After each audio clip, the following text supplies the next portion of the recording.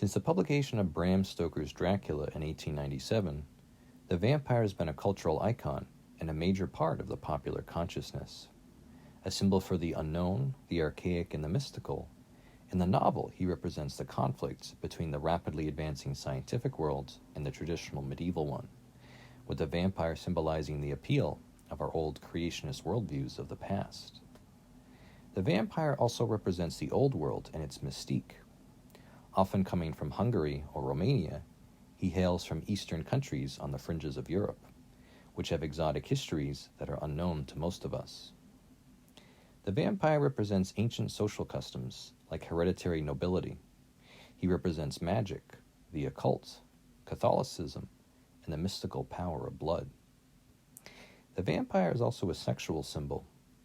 In the Victorian age, he functioned as a seducer, someone unfettered by the conventional morality of the time. The vampire, as a seducer and a predator, thus becomes a tool for us to reflect on the two primal forces, Eros and Thanatos, that underlie so much of human behavior. In modern times, the vampire's use as a symbol has only intensified. From 2003's Underworld with Victor and Celine, to Anne Rice's interview with the vampire, to Bela Lugosi's portrayal in the classic film, the vampire allows us to grapple with many social and psychological questions. I recently watched the 2024 film Nosferatu, which got me pondering this topic. The film is a remake of the classic 1922 film by F.W. Murnau. Historically, Murnau couldn't get the rights to the novel, so he had to make some alterations to the plot. He changed Dracula's name to Count Orlok, made the vampire more monstrous in appearance, and moved the events of the story from England to Germany. Watching the remake, my main takeaway was that it was commenting on the sexual society of our time, specifically on the sexual masculine. While the vampire has traditionally been associated with seduction and grace, like in some of his other appearances in fiction, the 2024 film goes for a very different representation. Not existing in a vacuum, films reflect the values of the cultures that produce them. Even subconsciously, they project onto the screen the moral and social beliefs of their time period. With this in mind, let's unpack the 2024 film and see what insights it can give us into our psychology. The film opens with Ellen, played by Lily Rose Depp, awakening in the garden. Having been drawn there by her hallucinations, she has a series of epileptic seizures and hears voices, which present her with the fearful vision of sexual union with the vampire. The narrative suggests Ellen, who has some kind of psychic power, has awakened the vampire from its slumber. Though she is married, she creates a connection between her and the creature, who then becomes drawn to her and desires to emigrate to her town of Viborg in Germany. Ellen's husband Thomas, played by Nicholas Hoult, works for a realtor in Viborg. Secretly, the realtor is a cultist, who through dark rituals has made a connection to the vampire.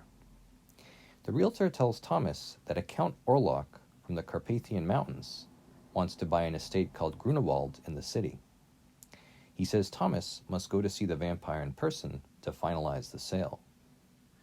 Thomas departs for Orlok's estate, following a narrative similar to Jonathan Harker in the original novel. As he arrives in the east, he meets a party of gypsies who greet him before openly laughing at him. While the gypsies don't work for the vampire like they do in the novel, the scene is ominous and foreboding. The gypsies know Thomas is being drawn into a trap, and that by going to the castle, he's effectively walking into the mouth of a predator. Thomas is warned by a Hungarian innkeeper, who admonishes the gypsies and tells Thomas not to go to the castle. Disregarding the warning, however, Thomas stays at the inn for the night. During the evening, he witnesses a frightening local custom. The gypsies ride out a young naked woman on a horse to repel evil, then exhume a corpse from the graveyard. Suspecting it is a vampire, they impale it, and for the first time, Thomas witnesses the occult lore of the creatures for himself. The next day, Thomas walks over a bridge protected by Christian crosses and passes the symbolic threshold into the other world. A ghostly carriage comes to pick him up when he's walking through the woods. It then takes him to Count Orlok's estate, the filmmakers using the real Hunyad castle as a template for it. Arriving after midnight, the vampire admonishes Thomas for arriving late, saying that his servants have retired. Dressed as a Hungarian nobleman, Orlok speaks in Dacian, the ancient language of the Carpathians.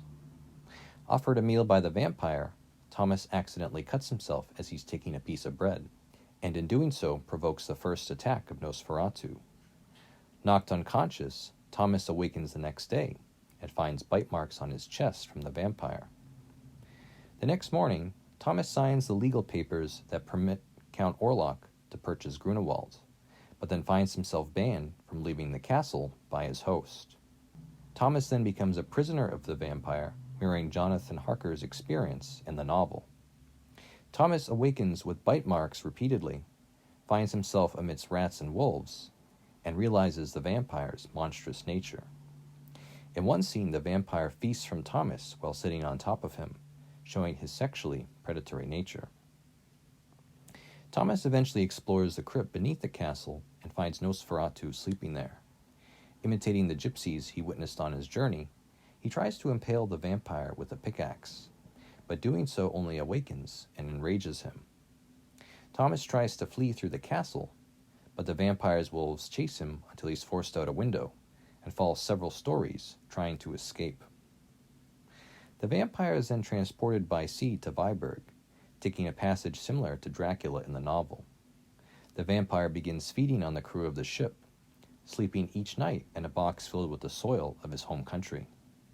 He slowly weakens the crew until the vessel turns into a ghost ship. Crashing ashore at Viborg, a huge population of rats spill into the city from the ship. Infected with the plague, a deadly outbreak begins amidst the population. The vampire is infatuated with Ellen, Thomas's wife, who he seeks to steal. The vampire visits her at night and gives her an ultimatum to submit to him, or else he will cause destruction to everything she holds dear. The characters try to find an expert on vampires, so they meet Professor von Franz, played by Willem Dafoe, who brings his occult knowledge into play to defeat Nosferatu. Dafoe is an interesting inclusion, as he played Nosferatu himself in 2000's Shadow of the Vampire. This film had a different theme from the 2024 film. It was interesting in pondering the idea of what it would be like if a supernatural creature existed in the real world. Dafoe played a vampire who's recruited to be an actor and has to pretend to be human, then laments how he's forgotten how to do basic tasks like buy cheese or bread or drink wine, things he hasn't done in centuries. Dafoe's portrayal recalls the performance of John Light in the Prophecy films, who similarly played another supernatural creature, an angel, in disguise as a man. Von Franz teaches us the limits of the vampire and explains that each night he must sleep in the soil of his home country or else he will expire. The professor also confides in Ellen, who is dressed in garb suitable for a funeral, that only she has the power to save the city from the vampire by doing the unsavory task of coupling with him. The vampire hunters, including a restored Thomas, the widower of Ellen's friend who was killed by the vampire, and the local doctor, go to Grunewald with von Franz to impale and burn Nosferatu.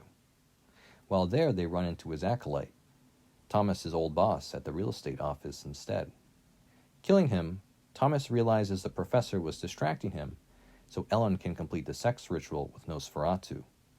That evening she does, and willingly accepts his embrace, in the process causing him to forget to return to his earth box. Reaching the dawn, Nosferatu perishes when he sees the light of day. Ellen dies too, sacrificing herself in the process of ridding the world of Nosferatu. While the vampire of Stoker and Bela Lugosi was enchanting and alluring, the vampire of Nosferatu is a monster. Played by Bill Skarsgård, the vampire is physically imposing, of high social status, and is able to use his strength to dominate others, but has few other appealing characteristics.